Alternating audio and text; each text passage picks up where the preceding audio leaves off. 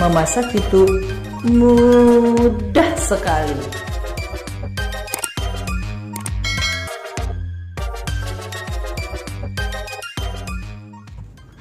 Hai teman-teman, waduh ini nih. Oh. Nah, ini baru kedengeran ya teman-teman. Hai teman-teman, Dapur Tetiske kali ini mau pergi ke S Hardware membeli blender teman-teman, karena blendernya saya itu sudah lama, sudah berusia 15 tahun, jadi sudah rusak kemarin. Hari ini kita mau ganti, kita mau beli yang baru. Yuk ikutin terus ya. Oke, sekarang saya lanjut cerita teman-teman. Jadi ceritanya, suamiku itu kan orang Timor. Orang Timor itu dari NTT. NTT itu lebih tepatnya di Soe. Jadi dari Kupang ke Soe. Nah, Soe itu pegunungan teman-teman. Jadi pada zaman dulu ya, ini dengar-dengar cerita nih teman-teman. Jadi saya ceritain ulang ya. Jadi pada zaman dulu, zaman penjajahan Belanda gitu, kalau mereka vakansi atau liburan setelah mereka bekerja gitu, mereka lebih suka berlibur itu ke gunung. Nah, yaitu di Soe. Jadi dari Kupang ke Soe. Kalau Kupang itu laut teman-teman, jadi laut, pantai, banyak ikan. Kalau di gunung nggak ada ikan, maksudnya tuh nggak ada laut, namanya gunung ya. Tapi asam banyak di sana teman-teman. Nah, terus di Soe itu ada Gunung Mutis namanya. Saya sudah pernah lihat ke sana teman-teman. Keren banget, tahu nggak? Nah, terus cuaca di sana dingin. Apalagi kalau lagi musim dingin di Australia gitu, anginnya itu sampai ke Soe teman-teman. Saya sudah pernah ngerasain ke sana lagi dingin ya. Itu dingin banget. Jam 12 siang aja harus pakai sweater teman-teman. Ini beneran nih. Pengalaman saya pernah satu kali saking dinginnya ya. Jadi sore-sore itu saya keramas teman-teman. Waduh, jadi udah dingin, terus kepala juga dingin. Waduh, sampai semaput teman-teman. Sampai ke dokter. Terus dokter bilang apa? Wah, ini mah kedinginan katanya. Norak banget ya teman-teman. Soalnya kalau saya kelahirannya dari tanah panas ya. Nah, itu ceritanya. Saya mau cerita. Jadi di Soe itu ya, saya kenal namanya cabe. Nah, cabe ini mereka sebut, cabe itu disebut kurus teman-teman. Kurus ya. Kalau kita kan bilangnya cabe ya. Kalau di sana kurus. Nah, itu bentuknya kecil banget teman-teman. Ya, kayak cabe hutan lah gitu ya. Kecil banget, tapi ujungnya kalau kita coba teman-teman, waduh, sampai ke telinga, pedasnya, luar biasa pedasnya. Nah, di sana itu ada sambal, disebut luat ya. Itu cabenya itu cabai sana, kurus tadi itu teman-teman. Nanti saya akan coba buat ya, di akhir video ini nanti saya akan buat luat gitu. Terus kita makan pakai ikan bakar. Saya pakai air fryer aja ya teman-teman. Nah, itu mentah teman-teman. Nah, mereka itu makan dengan apa saja. Maksudnya gini loh, di meja makan itu selalu ada teman-teman. Kita pergi ke rumah-rumah di sana, berkunjung ke keluarga-keluarga gitu. Kalau kita dijamu makan gitu ya, di meja makannya pasti ada luat itu teman-teman ya. Dan semuanya rasanya sama, campurannya sama gitu. Nah, nanti kita akan buat luat itu ya teman-teman. Nah terus itu tentang luat. Nah yang lebih spesial lagi teman-teman, kalau di Timor itu ya, bersalamannya itu, kalau kita kan salaman begini ya, kalau di tempat lain pakai tangan ya.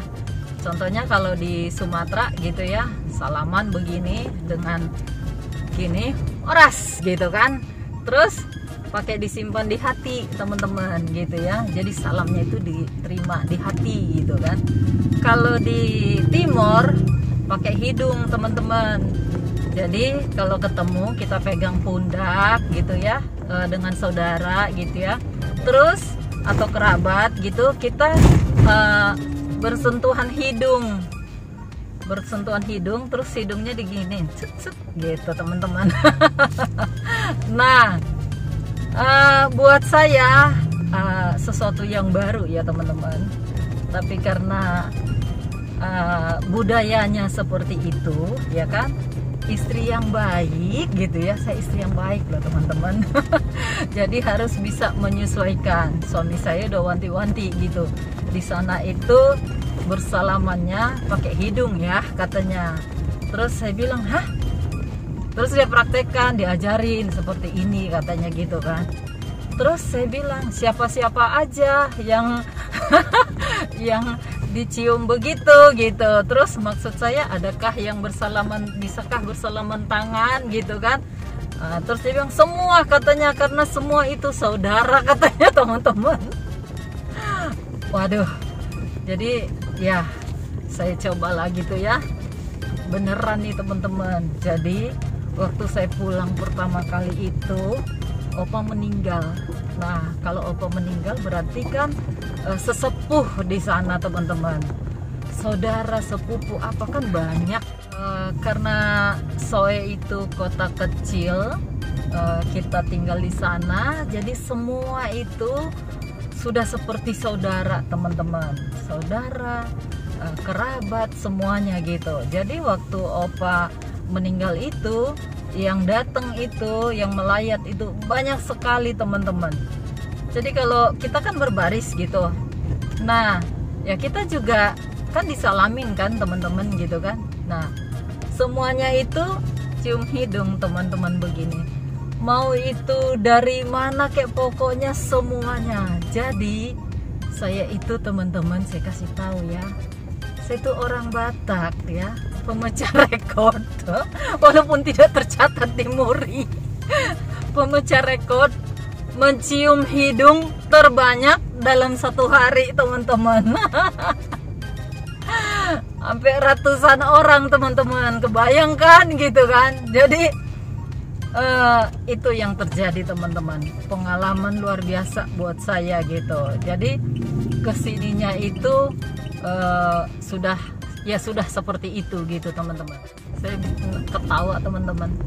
Nah bersyukur teman-teman, mantunya hidungnya agak tinggi gitu.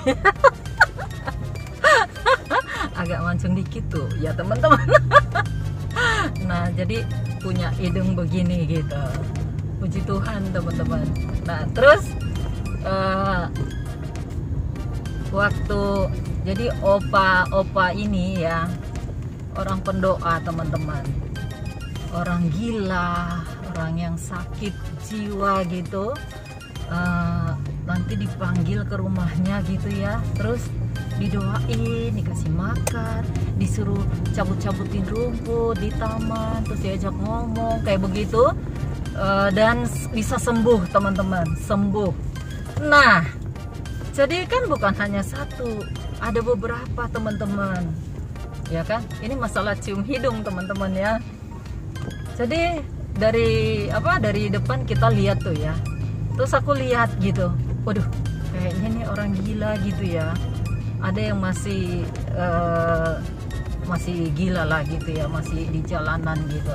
Terus ada juga yang udah sembuh tapi mungkin tidak total gitu dari pemakaiannya gitu ya.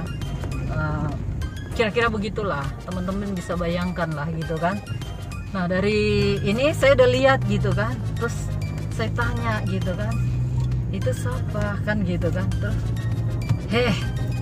itu orang gila katanya kan. Orang gila. Jadi orang yang disembuhkan itu pada datang semua. Dengar opa saya meninggal itu pada datang dari daerah, dari mana datang semua teman-teman gitu ya. Sampai orang gila yang masih di jalanan juga gitu datang gitu. Terus kan disalamin juga, cium hidung juga. Aduh, saya sudah bergumul teman-teman gitu ya. Nah, kan jalannya begini teman-teman, begini. Jadi saya posisinya di sini gitu. Ya ampun gitu ya. Nanti tiba giliran saya bagaimana ini gitu ya. Untungnya ada saudara saya yang di sini, om-om gitu. Oh iya sudah katanya. Sandi usah semua itu bercium hidung katanya. Sudah. Ini semua ibadah ini gitu. Waduh, saya tuh selamat teman-teman. Aman teman-teman. Aduh, thanks God gitu ya. Aduh. Nah, itu terus ada cerita lucunya lagi nih teman-teman. Kan udah selesai nih penguburan nih gitu ya. Terus besoknya gitu masih kumpul keluarga, masih ada doa gitu ya. Nah, mantu kan bisa masak ya. Jadi ikut dong nimbrung gotong royong gitu kan. Di dapur gitu kan. Itu lagi bikin roti. Nah, tetis cake bikin roti oke dong gitu ya. Nah, udah saya mau buat lah gitu. Terus lagi ngobrol-ngobrol gitu ya. Datang juga nih orang gila gitu ya. Orang gila. Jadi si tante ini katanya saya dengar cerita mereka ya. Setiap dia melahirkan katanya dia akan terganggu jiwanya gitu. Nah, pas melahirkan nanti sembuh gitu kan. Berapa baby blues kali atau apalah gitulah namanya lah. Nah, sampai dia ada beberapa anak, ada 3 atau 4 lah gitu ya, persisnya saya kurang tahu. Terus setiap dia melahirkan nanti dia sembuh gitu kan. Terus nanti melahirkan lagi begitu. Nah, melahirkan terakhir kebablasan kayaknya ya teman-teman. Maksudnya tuh kok nggak sembuh-sembuh gitu. Nah, dia datang nih ya. Dia datang nih ke dapur kan, udah salam semua keluarga gitu ya. Datang ke dapur gitu. Terus, waduh, saya kaget kan. Nah, pas di pintu dia mau turun, saya udah deg-degan teman-teman ya. Waduh, orang gila nanti bercium hidung bagaimana ini kan gitu. Terus tante saya bilang begini, sudah, ini kerja semua katanya. Sudah usah cium hidung lagi katanya. Waduh, aman teman-teman. Selamat lagi saya teman-teman. Gitu kan. Nah, terus dia ikut juga masak, tapi tidak bercium hidung lagi gitu kan. Nah, ini beda, penampilannya bersih teman-teman. Sepertinya tidak ada gangguan seperti itu ya. Mungkin stres atau apalah gitu ya si tante ini ya. Nah, terus karena dia deket saya gitu ya teman-teman, ya saya ajak bicara juga dong gitu ya. Terus saya ajak bicara, apa kabar tante gitu kan. Terus baik katanya. Terus si tante bilang katanya, datang dari mana katanya? Dari Jakarta, saya bilang.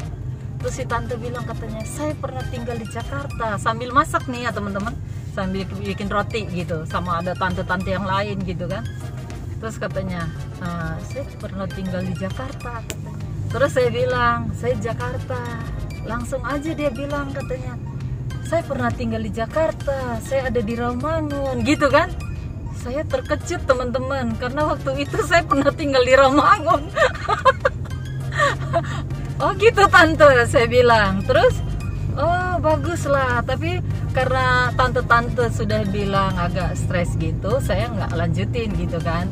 Terus maksudnya tentang di Jakarta saya nggak tanya lagi gitu kan. Tapi dia nyerocos sendiri gitu, saya di Rawamangun, saya tahu jalan ini, jalan itu gitu kan. Terus, oh iya. Terus saya tanya, tante anaknya berapa gitu kan. Terus anak 4 katanya. Nomor 1 dia langsung cerita teman-teman, namanya itu panjang sampai saya nggak bisa hafal sampai hari ini. Namanya itu satu nama itu bisa 5 sampai 6. Terus nomor 2 ini katanya, nomor 3 ini nih. Waduh, luar biasa. namanya bagus-bagus tante, saya bilang gitu kan. Nah, karena kita ngomong seru gitu ya dengan tante ini, tante-tante saya berbisik-bisik katanya, lihat tuh anak mantu ngobrol bersama orang gila tuh katanya. Mengerti dia bahasa katanya. Jadi saya tuh ketawa teman-teman, itu pengalaman saya luar biasa teman-teman. Nah, selesailah itu ceritanya kan. Besoknya keluarga masih kumpul teman-teman. Pagi-pagi duduk dong di teras gitu kan, sambil minum teh gitu. Ini si tante datang lagi gitu kan. Waduh, saya terkejut lagi teman-teman. Si tante datang lagi kan. Nah, terus mulai itu hidung bercium hidung kan, 1, 2, 3 gitu kan. Udah mau deket, ini saya untungnya saya itu dia datang dari sini, saya agak dekat pintu gitu kan. Nah di sini ada saya punya om, namanya Om Eben gitu ya. Terus tiba-tiba gilirannya Om Eben langsung bilang begini, sudah kemarin kita sempat cium, sekarang jangan, sudah cukup toh katanya. Aman lagi teman. Aduh, jadi selamat lagi gitu. Aduh, benar-benar deh. Sepertinya Tuhan tahu bepu hati nih. Nah, itu ceritanya teman-teman. Nah, poinnya yang saya ambil teman-teman ya, siapapun kita manusia ini ya, sama di hadapan Tuhan ya. Orang yang sakit jiwa sekalipun, kalau kita perlakukan dengan baik teman-teman ya, mereka itu merasakan kebaikan setiap orang yang mereka terima itu teman-teman ya. Saya belajar dari oma opa saya itu ya, mereka itu bisa berkomunikasi dengan orang-orang yang sakit jiwa atau depresi atau stres seperti itu, sampai mereka bisa pulih kembali teman-teman ya. Jadi bukan hanya doa saja, tapi tindakan pun ada dilakukan dan mereka merasakan itu. Nah, itu pernah lagi satu, namanya Om siapa ya? Jadi dia itu dari kampung selalu datang ke rumah itu. Walaupun, oh iya saya ingat namanya Om Simon. Walaupun oma opa sudah nggak ada di rumah itu teman-teman ya, tante-tante saya kan masih ada di situ ya. Dikasih satu satu kamar lah gitu ya di belakang tempatnya Om Simon ini. Jadi kalau Om Simon ini datang dari kampung teman-teman, pasti langsung ke situ teman-teman.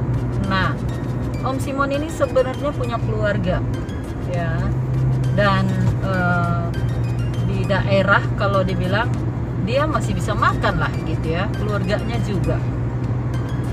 Nggak tahu kenapa dia stres atau apalah gitu ya.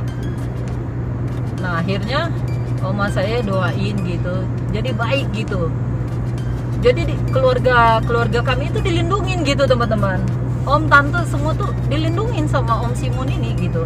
Terus kalau dia datang dia mau juga bersih-bersih rumput seperti itu. Nah nanti dia tidur di tempat yang disediakan buat dia itu gitu. Nanti dikasih makan dan lain-lain gitu. Terus didoain gitu teman-teman. Satu kali ini saya pengalaman juga nih, saya lucu. Nah, ini rumah oma opa saya. Terus di bawah sana rumah mertua saya gitu kan. Terus kita di situ lagi main-main gitu ya, main-main gitu. Terus larut malam nih, si Om Simon ini semua ngantuk teman-teman. Dia bilang ayo pulang katanya. Jadi Om Simon ini dibawa juga gitu kan. Katanya ayo pulang katanya. Ah tunggu dulu kata tante-tante sama yang lain gitu kan. Sudah ngantuk katanya. Terus atau sudah pergi aja duluan gitu kan. Dia nggak mau gitu. Terus saya bilang loh kenapa dia nggak mau gitu. Dia takut anjing katanya. Jadi dia takut anjing juga teman-teman.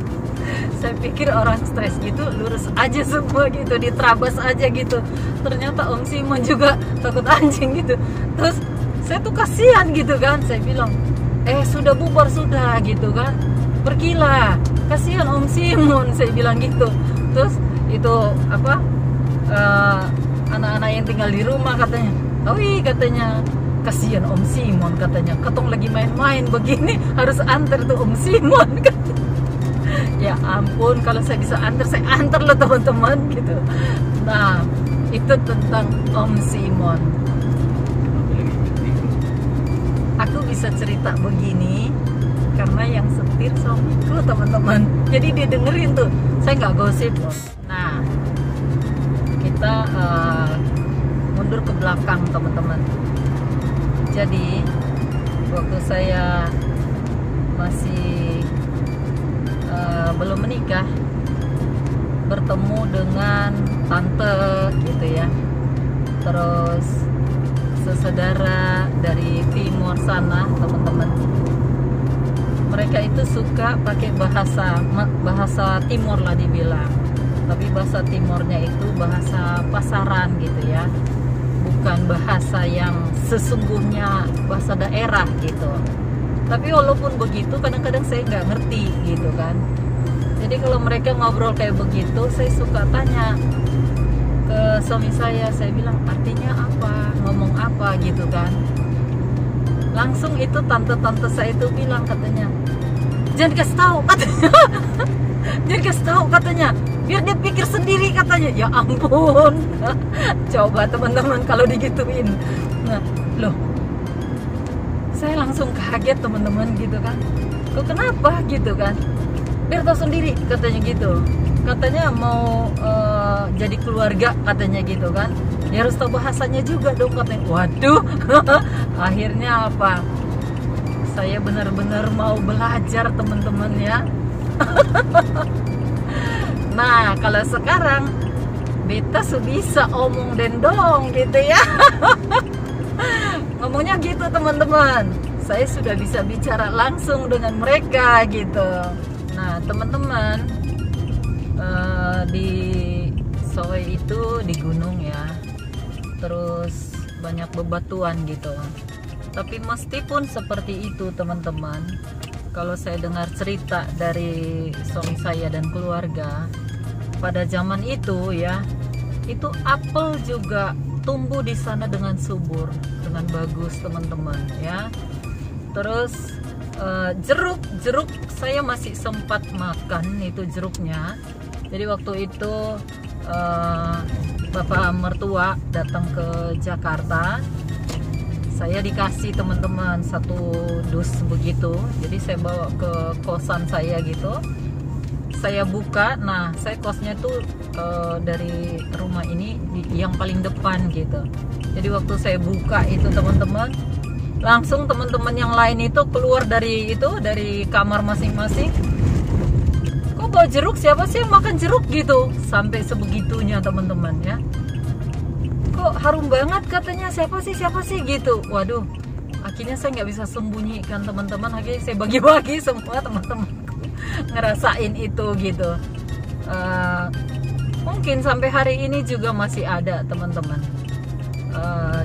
Jeruk di sana itu bagus banget, kulitnya itu terbuka, nggak lengket gitu, terbuka, serat-seratnya itu gampang banget kita buka. Aromanya aduh seger banget teman-teman, dan besar juga itu jeruk ya, dan manis segar lah gitu.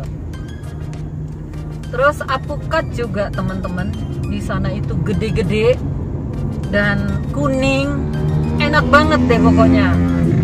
Satu kali saya ke rumah Om di sana gitu. Nah ini kan halamannya luas gitu, pohon apukatnya banyak banget gitu. Waktu itu lagi musim apokat teman-teman. Tiba-tiba kan jatuh nih ya. Saya ke sana itu rame-rame gitu. Orang tua saya juga ikut gitu kan. Nah jatuh itu hampir segede kelapa teman-teman. Spontan itu saya lari teman-teman mau ambil itu apukat.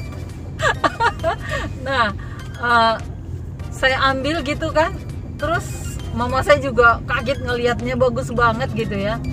Maksudnya itu saya ambil, nanti saya peram paling 2 hari, 1 hari 2 hari sudah mateng gitu ya teman-teman. Om saya bilang begini, jangan katanya, anak mantu jauh-jauh dari Jakarta masa makan apukat begitu. Sini katanya. Itu buat kasih makan hewan katanya. Kasih makan hewan teman-teman. Nanti kita ambil yang bagus katanya. Ya ampun, saya malu campur senang teman-teman. Aduh ampun. Tapi luar biasa, saat ini ada yang kasih info, sudah ada yang jual apokat soe teman-teman. Di Jakarta sudah ada. Ayo cari tahu, serbu ya teman-teman. Beneran loh, enak banget, enak banget. Bentuknya itu macam-macam. Ada yang bulat, ada agak yang lonjong gitu. Pokoknya rasanya enak banget.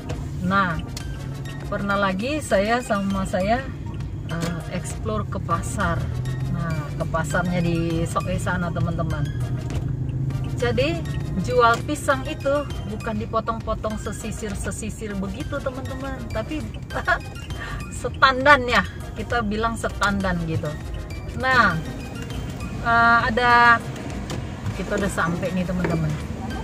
Nah, ada pisang kepok teman-teman. Bentuknya panjang banget, hampir segini teman-teman. Gede-gedenya itu gitu kan. Setiap buahnya gitu, satu itu aja sampai seginian gitu, satu sisir gitu. Nah, wah, saya tanya harganya berapa nih kan gitu. Tukang masak tahu kan, di kepalanya nanti aku bikin kolak, aku bikin pisang goreng yang enak gitu, bikin ini bikin itu gitu kan. Nah, aduh ampun, murah sekali teman-teman. Satu itu 50.000 kah waktu itu saya beli gitu kan. Saya bawa tuh, saya sama mama saya udah senang banget, udah semangat gitu kan.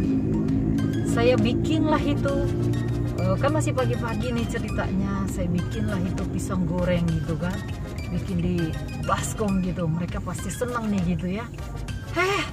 Pas sudah selesai, makan. Saya bilang kayaknya kok nggak ada respon gitu ya. Terus katanya, aduh pisang begitu dimakan katanya. Loh kenapa? Saya bilang itu buat makanan hewan saya. Ya ampun, katanya itu kecut atau apalah katanya, itu bukan pisang yang bagus katanya. Ya ampun teman-teman. Itu pengalaman saya itu sampai saya kaget gitu. Nah, memang pisang itu tidak semanis yang biasanya, tapi buat saya oke banget gitu teman-teman. Nah, mereka tidak terlalu suka teman-teman. Kalau mau yang seperti ini katanya, lain kali nanti kita tunjukkan katanya. Ya ampun gitu teman-teman, pengalaman. Aduh, udah sampai nih kita teman-teman.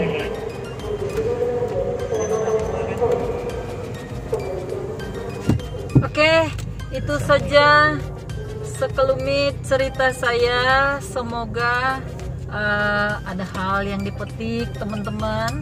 Kalau ada yang tidak berkenan, mohon maaf gitu ya. Beda gitu ya. Itulah luar biasa keragaman kita di Indonesia ini teman-teman ya. Satu sama lain berbeda-beda tetapi tetap satu Indonesia gitu teman-teman ya. Itu yang harus kita pertahankan, harus kita hormati, harus kita hargai satu sama lain ya. Kita tetap menjaga keberagaman kita, tetap harmonis gitu ya. Itu cerita pengalaman saya di NTT teman-teman. Bagaimana ceritamu di daerahmu? Boleh isi di kolom komentar ya. Oke, di akhir video nanti saya akan share kita membuat luat ya. Oke, terima kasih teman-teman. Oke teman-teman, sekarang kita unboxing dulu kiriman dari Soe ya, dari NTT. Tanteku kirim nih. Ini jagung bose bercampur dengan kacang-kacangan teman-teman. Kacang-kacangannya juga warna-warni. Jadi masak jagung bosenya ini bersama dengan kacang-kacangnya itu teman-teman ya.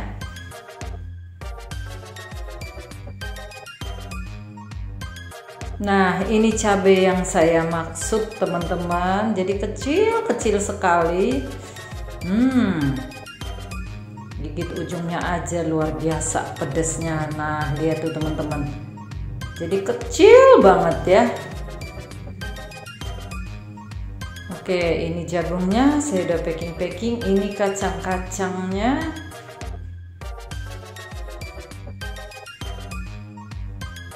Nah, ini jagungnya itu udah dikupas ya teman-teman. Ini sambal luatnya. Ternyata dikirim juga yang sudah jadi teman-teman, dan yang cabenya pun dikirim juga. Jadi saya tidak perlu buat lagi, kita habiskan ini dulu teman-teman. Oke, ini cara memasak jagung bosenya versinya saya ya teman-teman. Pertama-tama kita cuci bersih dulu. Nah, bercampur dengan kacang-kacangnya ya teman-teman. Setelah kita cuci, lalu masukkan air, kita rebus sampai airnya habis. Lalu saya tambahkan lagi airnya sampai dia empuk teman-teman. Gitu aja. Nah, saya punya rebon, jadi saya masukkan juga ke dalam jagung bosenya itu. Jadi jagung bosenya itu saya kasih udang rebon supaya ada rasa ikannya teman-teman ya. Nah, teman-teman boleh variasikan mau isian apa gitu ya, rasa apa gitu. Kalau di sananya itu biasa dimasak pakai tulang-tulang sapi gitu, atau tulang-tulang non halal gitu ya teman-teman. Nah, ini versinya saya nih teman-teman. Lalu saya masukkan daun salam, daun pandan, saya kasih juga jahe, lengkuas gitu, garam secukupnya, tinggal dirasa aja teman-teman. Jadi bubur ini dengan sambal yang tadi, waduh sudah nikmat banget teman-teman.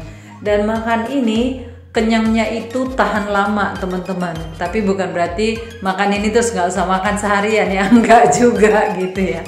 Maksudnya itu rasa kenyangnya itu lebih kenyang gitu teman-teman. Aduk-aduk. Nah, jadinya seperti ini.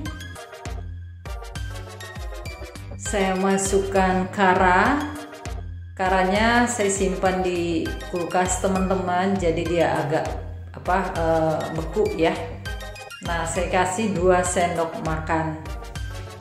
Oke, udah selesai.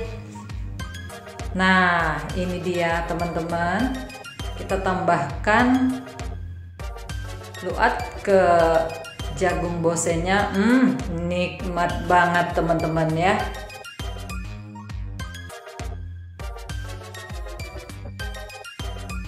Nah, begitu teman-teman. Jadi cara makannya begitu teman-teman. Di sananya juga seperti itu teman-teman ya. Memasak itu mudah sekali. Jadi jagung bosenya itu hanya direbus aja sampai empuk seperti itu teman-teman.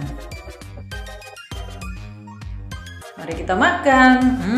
Langsung keluar jempolnya teman-teman. Oke, ini ikan sinangin namanya ya. Saya tidak kasih garam dan lain-lain, saya hanya langsung masukkan ke air fryer. Jadi kita panggang teman-teman.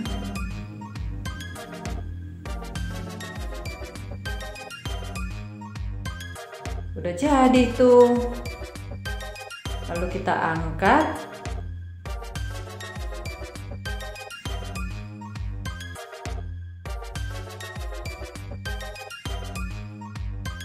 Oh iya teman-teman, kali ini videonya agak panjang karena dengan cerita ya teman-teman. Semoga kalau ada kata salah mohon maaf ya teman-teman, tidak maksud menggurui atau apapun ya. Ini cerita pengalaman saya teman-teman, saya berbagi gitu ya. Ini dia ikannya, ini dia luatnya. Jadi makan bose makan ikan bakar pakai ini sambelnya. Oke, terima kasih sudah menonton. God bless you all. Makasih.